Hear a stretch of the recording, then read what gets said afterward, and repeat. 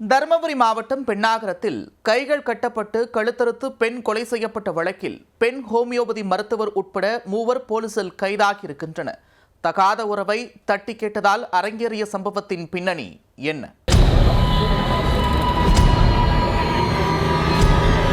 தருமபுரி மாவட்டம் பெண்ணாகரம் அருகே இந்திரா நகர் பகுதியைச் சேர்ந்த குணசேகரன் என்பவரின் மனைவி சுமதி.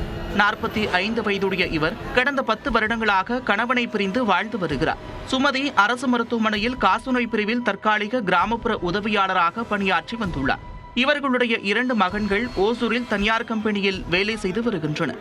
இந்நிலையில் கடந்த 13ஆம் தேதி சுமதியின் வீட்டிலிருந்து கடும் துர்நாற்றம் வீசியுள்ளது. இதுகுறித்து அக்கம் பக்கத்தினர் உடனே பெண்ணாகரம் போலீசாருக்கு தகவல் கொடுத்துள்ளனர். விரைந்து வந்த போலீசார் கதவை திறந்து பார்த்தபோது உள்ளே கைகள் கட்டப்பட்ட நிலையில் தலையின் பின்பக்கத்தில் அடிபட்டு சுமதி உயிரிழந்து கிடந்ததை கண்டு போலீசார் அதிர்ச்சியடைந்தனர்.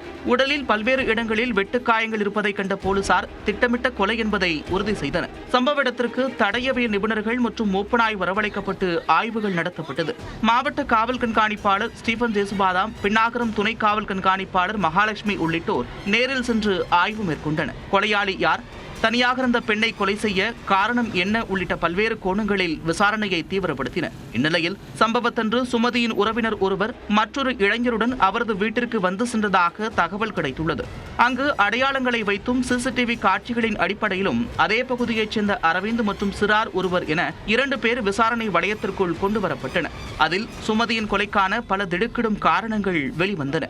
சுமதியின் தம்பி மனைவி ஹோமியோபதி மருத்துவராக பணிபுரிந்து வந்த இந்திரகுமாரி ஆவார். சென்னையில் மருத்துவ பயிற்சியில் இருந்தபோது அவருக்கு வேறு ஒருவருடன் பழக்கம் ஏற்பட்டதாக கூறப்படுகிறது.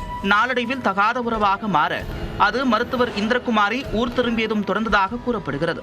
ஒரு கட்டத்தில் இந்திரகுமாரியின் தகாத பழக்கம் அவரது கணவரின் அக்காவான தற்போது கொலை செய்யப்பட்ட சுமதிக்கு தெரிய வந்தது.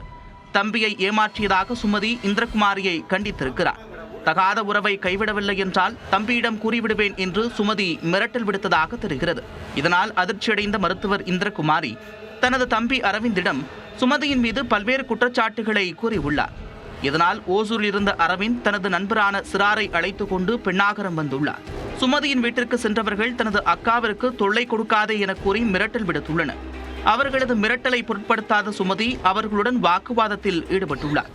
இதனால் ஆத்திரமடைந்த இருவரும் சுமதியின் கைகளை கட்டி தாக்கியுள்ளனர். பின்னர் மறைத்து வைத்திருந்த கத்தியால் கழுத்தை அறுத்து கொடூரமாக கொலை செய்திருக்கின்றனர். போலீசாரின் விசாரணையில் இந்த கொடூரம் அம்பலமாக போலீசார் இருவரையும் கைது செய்தனர். மேலும் கொலைக்கு தூண்டியதாக பெண் ஹோமியோபதி மருத்துவரான இந்திரகுமாரியையும் போலீசார் கைது செய்து சிறையில் அடைத்தனர். தகாத உறவை அம்பலமாக்கி விடுவதாக மிரட்டல் விடுத்த கணவரின் சகோதரியை பெண் ஹோமியோபதி மருத்துவர் தம்பியை வைத்து கொலை செய்த சம்பவம் பெண்ணாகரத்தில் அதிர்ச்சியை ஏற்படுத்தியுள்ளது.